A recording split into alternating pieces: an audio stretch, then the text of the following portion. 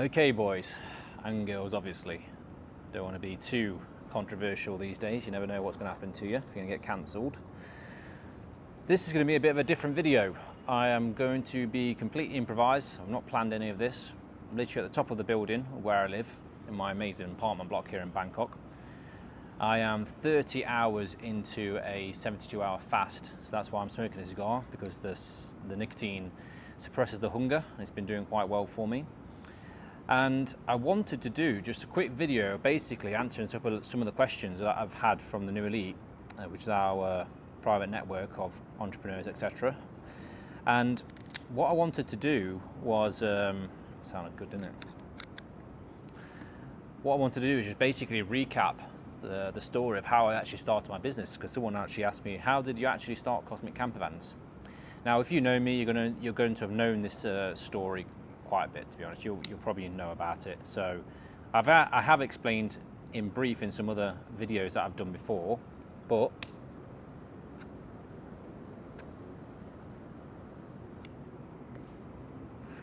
for the sake of someone else's want to make some videos, and we'll talk about it. So when I was working in Volkswagen, which is where I used to work in Derby, Pride Park, I used to work as a service advisor.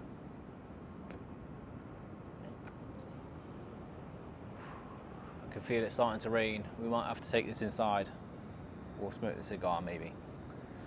So basically, when I was working at Volkswagen, I was working as a service advisor, and what the service advisor does is they basically, when you take your car in or van or whatever in to be serviced or repaired, you have an advisor. You have a single person that looks after your vehicle every single part of the day, unless it gets swapped around, but that's usually what happens. Now, when you take your vehicle in, that person is charged with dealing with your inquiries every day, making sure that you're kept up to date, quoting up jobs and repairs and service plans, etc. And basically just being your representative for Volkswagen for that part of the day. I don't think this is going to work because it's just too fucking wet. It's going to start raining. Right, we're going to try that one again, because obviously as soon as I try to pull a camera out, it starts raining and everything just goes wrong, as is typical in my life. But hey, we're back in the other room now. This is the library room as such, kind of like a social area. You can actually meet up with people. If you've got guests over, for example, you want to come and hang out, that's not in your apartment. So it's nice and quiet in here, good amount of space to be able to do this. So, quick drink.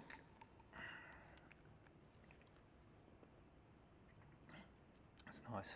Iced tea, fizzy iced tea, really good. So yeah, getting back to what I was saying. Started at Volkswagen, and I was effectively a service advisor, and I joined that job with no experience at all. And in that job, you're basically taking care of people's cars and looking after them throughout the day. You're the customer advisor, you're their server as such through the day. The job was really, really, really low paid in terms of basic salary. So I had a £12,000 a year basic salary, which worked out to be £1,000 a month before tax, or obviously at that point you're not really getting taxed. And then everything else was commission based. So you got paid on the amount of money that you would invoice per month on your account. So if you didn't, I won't go into that too much detail right now. So you got paid on the amount of invoice that you did on your account per month. You got commission based on your service plan sales, tyre sales, and also repair jobs, repair sales. So you could basically help the customer to spread the cost of their repairs over 6 months, for example. So for example, if you knew that in 6 months' time you were going to need a cam belt service, I could sell you a 6-month plan to pay that on a direct debit, no interest or anything like that, over the next 6 months, so you didn't have a big bill coming up to the time. And they enjoyed selling that because it meant that they had the money in hand, or basically had the job kind of secured. Whereas, well, to be honest, you could actually cancel the direct debit at any time and you'd get your money back if you did want it. So that is a good part of it. You did get paid on commission, first of all, for that. They were basically relying on the fact that you would you didn't want the hassle of finding someone else somewhere else, and you could pay it off and it wouldn't be all in one lump sum. So that was a good part of Volkswagen. So how did you earn money in terms of commission on the invoicing? So for example, if you came in to me and your car needed a major service, it comes in for a major service, that's already paid for, you know how much you're paying. And then whilst it's in with us, you'd get every car would get a free vehicle health check. So a free vehicle health check meant that we would check over your tyres, basically a full kind of MOT of your car health check in every way. And that would come back on an e-report to the customer and to myself as well. And my job would be to call the customer up and say, look, this is probably what you're going to need, if you needed anything, that is. And this is what it's going to need, this is how much it's going to cost. We'd have some room to play with in terms of margin. And our objective would be to extract as much money as possible without being unfair out to the customer, to be able to make sure the car is safe and also to make sure that we get paid in terms of commission. So we were taught a lot of sales techniques, a lot of ways of dealing with customers to make sure that they were happy, even despite the fact that we were selling something they didn't want to pay for. And that was the main part of the job. The main difficulty of the job, should I say, and that's where I learned the sales skills from. It was being able to sell something to someone that they didn't want to pay for, because it's granted you, for example, if you want to go on a holiday, so you've got that natural, sorry, let me frame this again. So the difficulty of the job was that you had to sell something to someone that they didn't want to pay for at all. If you're in a clothes store, for example, a luxury clothes store, or you're going on a holiday and you're looking for a cruise, for example, you want to go on that cruise, so you're kind of more inclined to spend the money because you know you're going to get enjoyment out of it. When you've come to a car garage and you've got to pay £500, £600, £1,000, £2,000 on a car repair, that's something that you desperately do not want to spend. And granted, that's just normal, you know, that's just how it is.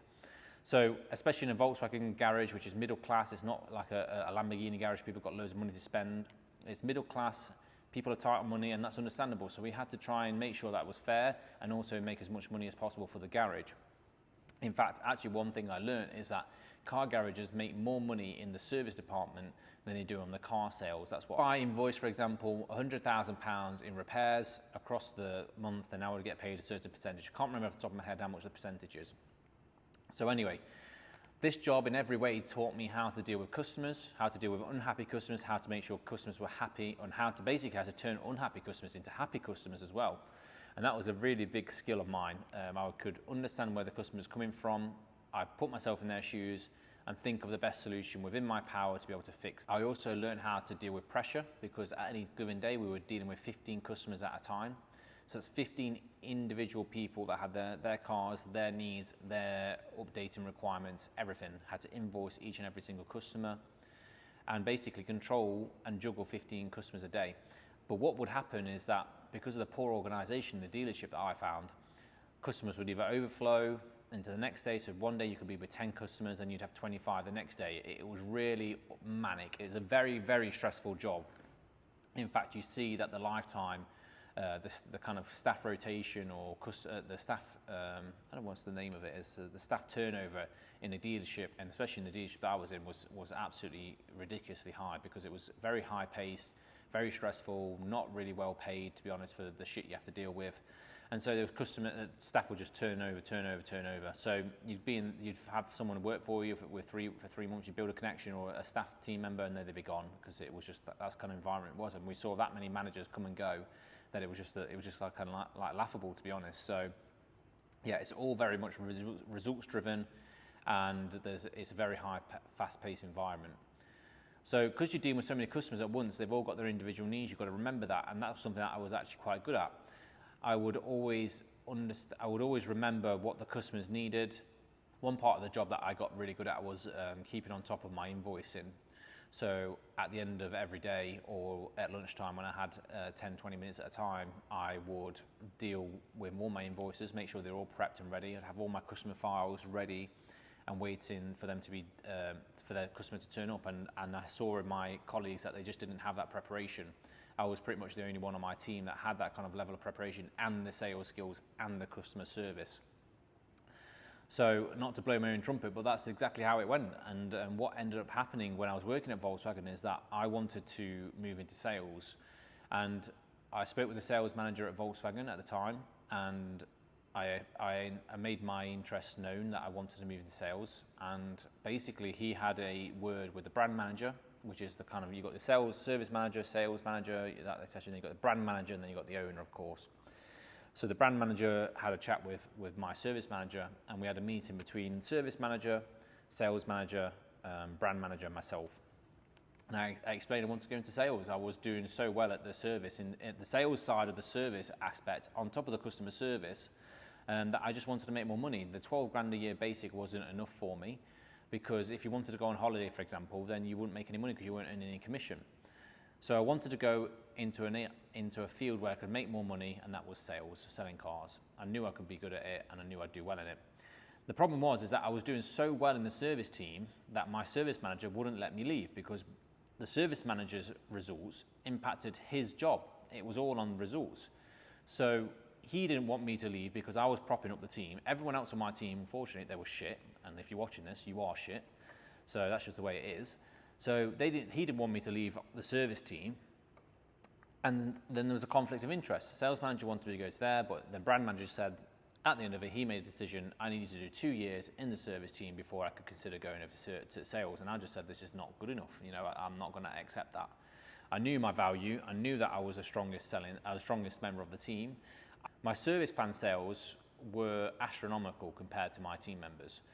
There was a team member who had sold 6 service plans within a year of being there. And I had sold, at this point, coming close to 90 service plans at the 5-month mark. So I'd done 90 service plans with high commission on them, because I was doing really big service plans. I wasn't just selling the cheapest service plans possible. I was doing 5-year service plans with lots of money in them, and I got paid decent commissions on them. So actually, by the time I left, I sold my 100th service plan on the last day of me leaving Volkswagen, which is quite nice, to be honest, triple figures.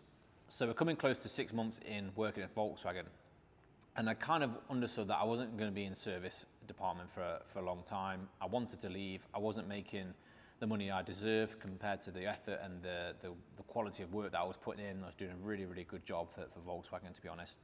I actually remember sitting down one night on, I think it was a Tuesday evening after work. Bearing in mind you do from 7 till 5 or 8 till 6. So I sat down, and it used to really annoy me the way that this place was run. There was no care for efficiency or actually sorting out any problems. And I would sit there, I sat there on Tuesday night, and I spent about 6 hours analysing how these issues that we were dealing with every day were happening. And I tried to figure out a solution. So what I did is I put an email together to the brand manager, to my service manager, and I think I even put it towards the owner, actually, to Sean. And what happened is I basically analysed the whole process of when customers arrived at the service desk, the issues they were facing when they come into our desk because things weren't ready, for example, miscommunications and bad organisation, the process through the day, and then coming to collecting and other issues such as courtesy cars, etc. I analysed that process, and I said, this is all wrong. There's problems with this. This is why this is happening. This is what I think we should do. This is how we should action this and try to make a difference and try to think.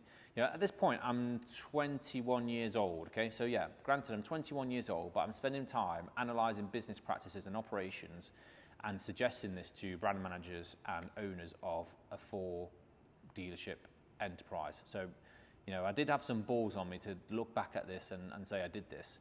And I sent this email, and basically I got brought into a meeting the next day with the people I sent the email to, and basically got told to stay in my lane. I got told to put my head down, focus on what I was doing, and not to worry about the problems that the dealership was facing. And I immediately knew then that this was not the place for me to work. My nature is trying to resolve problems and trying to make things better. And anyone who knows me personally and on a friendship wise, I get very annoyed very easily at things that are stupid that could be fixed. I always go into places and I think about things and I think that could be so much better like that, that could be so much better like that. Stupid little things that aren't right are really annoying to me. It's kind of like an OCD thing, I don't know how to explain it, but anyway. So I try my best within the powers that I had as a small service advisor at 21 years old, try and make a difference. Whereas everyone else in the team just didn't care at all, they just dealt with it. And that's what I didn't like about their mentality. And that kind of, I think, what sets me apart from most of the people who just run normal jobs now. They're happy to settle with how things are and not do anything about it to fix things or make things better. So within this week or so of all this happening, I hear someone talking about camper vans. And there was a camper van on the forecourt of Volkswagen. So you had all the used cars, all the sales cars, etc. And then someone had part X this camper van. And all I could hear is all the salesmen chattering away, you know, on the lunch breaks and that, oh, I'm going to sell that camper van. I'm going to sell that. No, I want this lead. I want this lead like that. And I was, why is everyone so interested in this camper van? Why is there such like all this commotion about it? And it was basically due to the margin that was in this camper van. They kept going about this 9-10 grand margin. 9-10 grand margin was big money for the dealership and big commission basically on the sale of this van. And I asked the salesman who was had a lead on it. I said, why is there so much? Why is everyone? He says, well, basically the average margin on a car here is around £500 to £1,000 at the very most after all the costs, etc. So having a van with that kind of money in was a really big deal for them to sell. So instantly it kind of like caught my attention. I said, why is there so much margin in it? And then I started to basically question a few different things about camper vans. Slowly over the next week or so, I started to look into them a bit more. I started to learn about camper vans. Now, bear in mind that before this, I had never had any understanding of the camper van market, van sales, all this kind of stuff. Nothing, absolutely nothing at all. There was also another coincidence that my uncle was working at a factory in Nottingham where him and his friend were being made redundant. And his friend, who'd also, they had like a 2-year notice period that they were going to be made redundant. So he had gone into this industry as well of doing camper vans.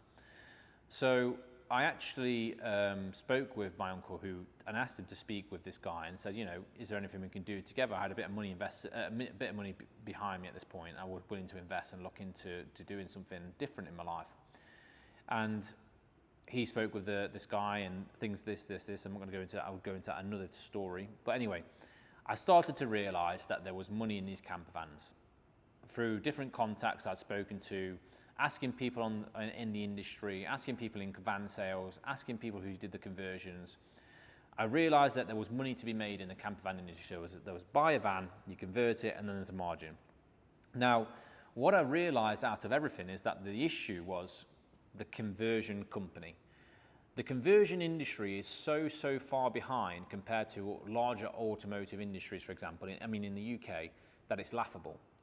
There's just so far behind because there's not many big manufacturers. You don't have the massive amount of investment that you have in automotive factories, as Volkswagen, etc. So it's so far behind, and that means there's slow lead times. So when someone buys a van, it can take them 3 to 6 months to even get booked in to have a van conversion if you want to go with the right person and the right company. So what I was finding is that, yes, I can buy a van straight away, and yes, I can sell it for a good amount of money, but it's going to take me 6 months to get it converted because all the good people who had a genuine conversion company were booked up and they didn't have big workshops, they didn't have big manpower to be able to convert a van quickly. So I thought, how can I solve this problem? That's the main problem in the chain. How can I get that resolved? So I started to ring companies in the UK and I started to pretend I was a customer. I was interested in a conversion. I said, what's the prices? What do I get for that? How long is it going to take to do? What's the accreditations? What etc. like that? And I just basically spent 2 months, I think, at this point, going through this whole myriad of questions around the business. And just basically get a full 360 degrees overview of the whole entire industry. To rewind slightly on this part, I had already left Volkswagen at this point, and I got a job offer to work at a company in Burton that did racking for computer systems and servers, basically. And I went into the interview, got the job, and I vividly remember that I came out of the interview, sat down in my Fiat 500 that I had at the time, really gay car, but at my time it was fun, it was a good car. And I sat there and I thought, if I take this job now, I'm going to trap myself in the UK and I'm going to be doing this 9-to-5 office lifestyle forever. I just knew it. I knew it. And I knew in myself that that's not what I wanted. And I made a decision then and there that I wasn't going to take the job and I was just going to go all in on some kind of idea, no matter what it was. I was going to make myself jobless on purpose because I knew I had to not be comfortable.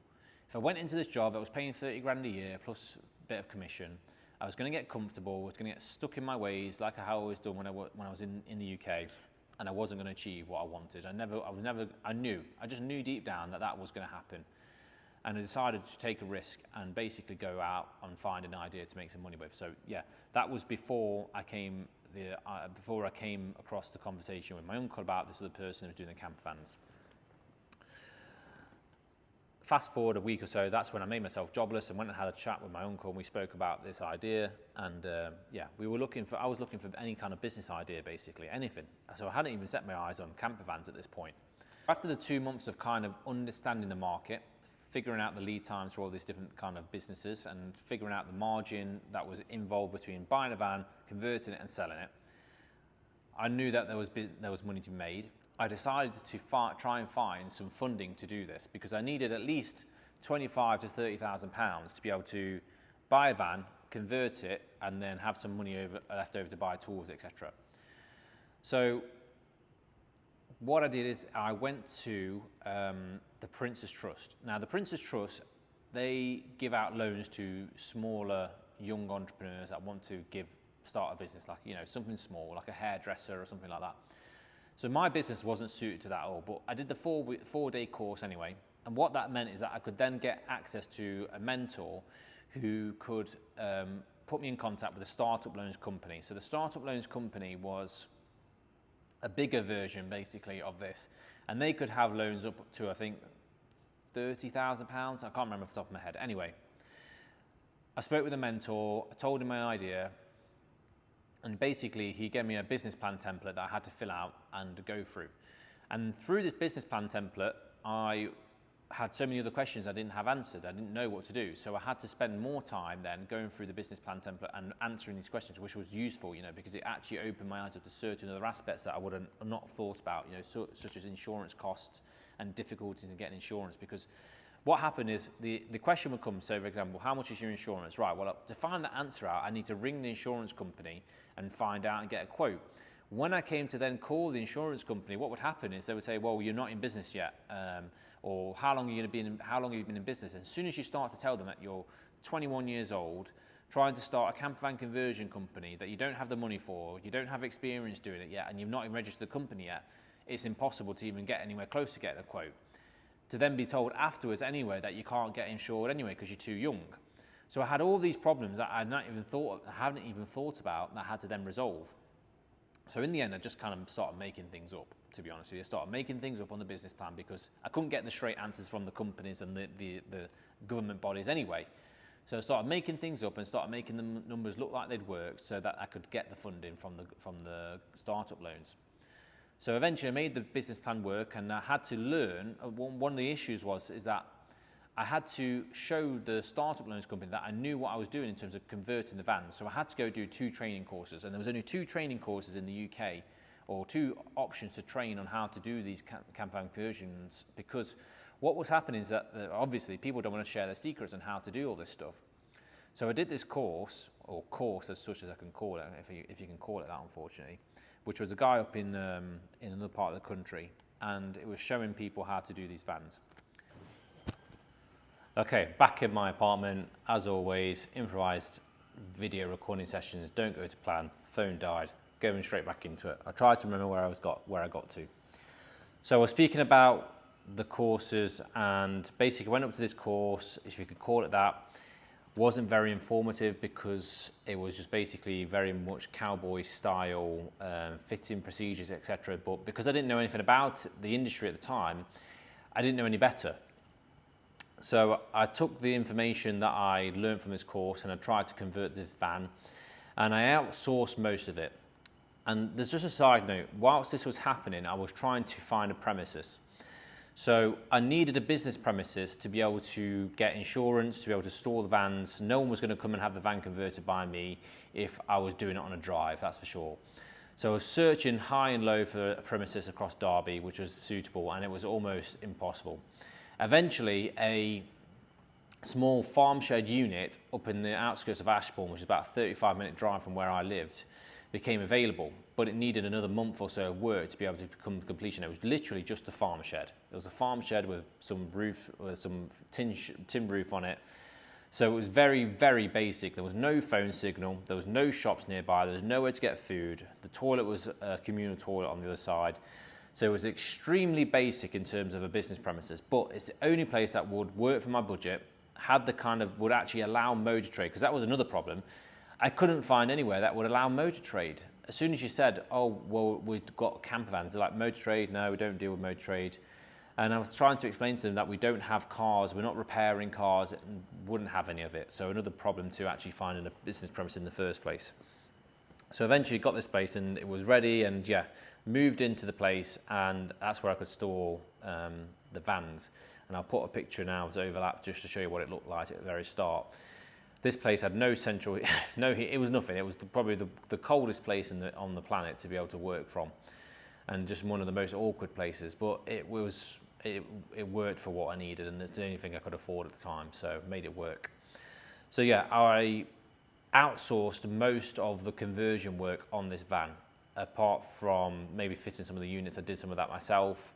I fitted the windows myself. I took the roof down, I took the van down to another place to have the roof fitted.